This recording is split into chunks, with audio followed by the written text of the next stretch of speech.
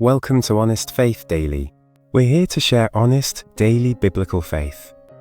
Grace, it's always good to sit with you and talk about the real stuff. Today, let's dive into something I know a lot of us wrestle with. Am I really changing? Am I growing spiritually? Oh, James, that hits home. I've been asking myself that a lot lately. Sometimes I feel like I'm stuck, like I'm still the same person I was a year ago. I read my Bible, I pray, but it's hard to see progress. I hear you, Grace. That feeling of being stuck can be heavy. It's like you're walking a long road, and the scenery doesn't seem to change. But let me ask you this. What makes you feel like you're not growing? Honestly, it's the little things. I still get impatient with my coworkers. I still worry about things I can't control. I thought by now I'd be, more Christ-like. It makes me wonder if I'm even moving forward. That's such an honest place to start. And you're not alone in feeling that way. Spiritual growth isn't always a straight line. Sometimes it feels like 2 steps forward, 1 step back. But let me remind you of something from Scripture. In 2 Corinthians 3:18, Paul writes, "And we all with unveiled face, beholding the glory of the Lord, are being transformed into the same image from one degree of glory to another." That phrase, 1 degree of glory, is key. It's not instant, it's gradual. So you're saying it's supposed to be slow? Because sometimes it feels like I'm not changing at all, like I'm failing at this Christian life. Oh, Grace, you're not failing. You're in process, just like all of us. Think about a seed planted in the ground. You don't see it growing day by day, but it's working, pushing through the soil. God's Spirit is doing that in you, even when you can't see it. Let me share a story that might help. I once knew a man who felt just like you. He'd get frustrated because he'd lose his temper with his kids. He thought, "I'm a Christian, why am I still like this?" But over time, he noticed something. He was quicker to apologize to his kids after those moments. That was the Spirit's work, softening his heart. That's encouraging. I guess I do notice some small changes like that. Like, I used to avoid praying when I was upset. Now, I at least try to talk to God about it. But it still feels so small compared to where I want to be. Those small changes are huge, Grace. They're like the first green shoots breaking through the dirt, and God sees every one of them. He's not measuring you by how fast you're growing. He's delighting in your heart's desire to know Him more. That's a relief to hear. But I still get discouraged when I mess up. Like, I'll have a good day, feel close to God, then boom, I'm anxious again. It makes me wonder if I'm doing something wrong. That's a natural feeling. But let's unpack it. Spiritual growth isn't about never struggling. It's about what you do in those struggles.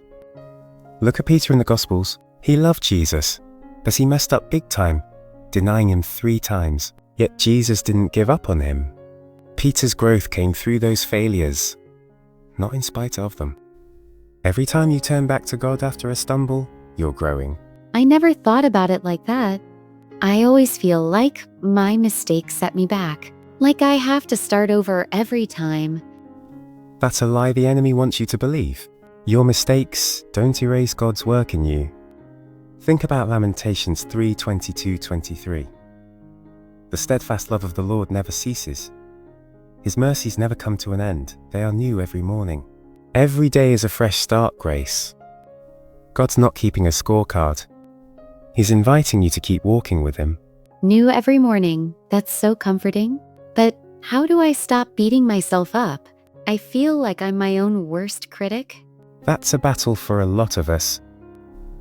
The key is shifting your focus from yourself to Christ. When you dwell on your failures, you're looking inward. But Hebrews 12:2 tells us to fix our eyes on Jesus, the author and perfecter of our faith. He's the one writing your story, not your mistakes. Fix my eyes on Jesus. I like that. But practically, what does that mean? Like, how do I do that when I'm feeling low? Great question. It starts with small, faithful steps. Like when you mentioned praying honestly. That's one way, bringing your real self to God. Another is filling your mind with His truth. Maybe it's reading a psalm when you're anxious, or repeating a promise like Philippians 1:6-7. He who began a good work in you will carry it on to completion. Those moments of turning to Him, that's fixing your eyes. I could try that. I think I've been avoiding scripture when I feel like a failure, like I don't deserve to read it.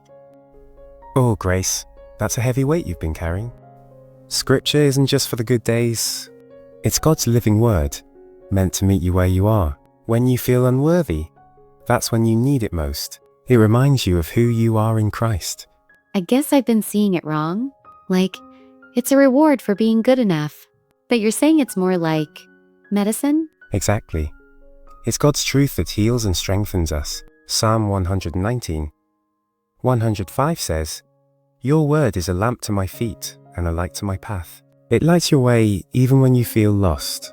So when you're discouraged, open it up. Let God speak to you through it. That makes it feel more approachable. Like, I don't have to have it all together to read it. I think I'll start with Psalms. They always feel so raw and honest. That's a great place to start.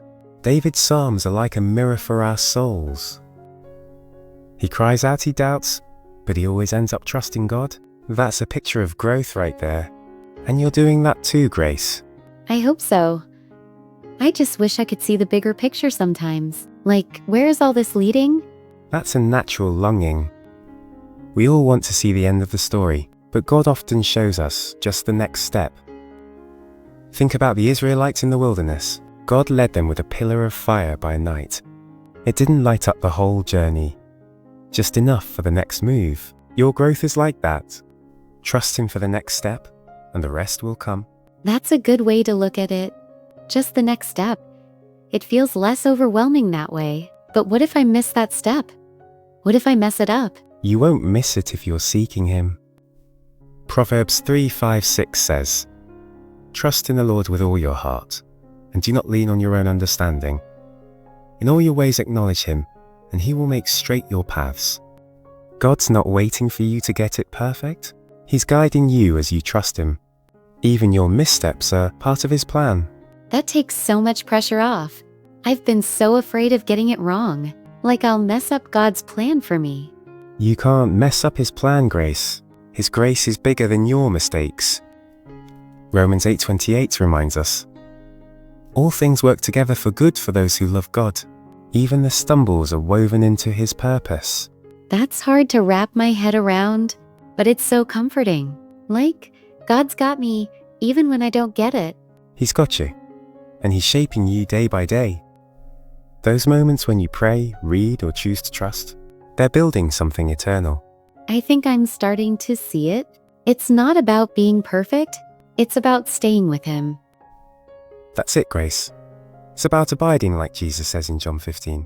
Stay connected to the vine, and the fruit will come. You don't have to force it. I needed this today.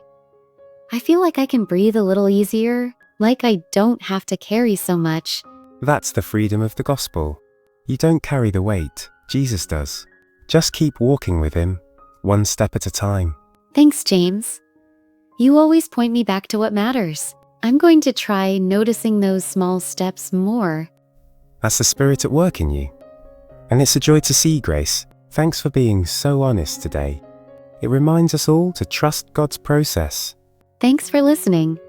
It helps to talk this out and to hear Scripture in a way that feels real. That's what we're here for, to point each other to Jesus and His truth. Thanks for watching Honest Faith Daily. Stay rooted in truth, walk in grace, and we'll see you tomorrow.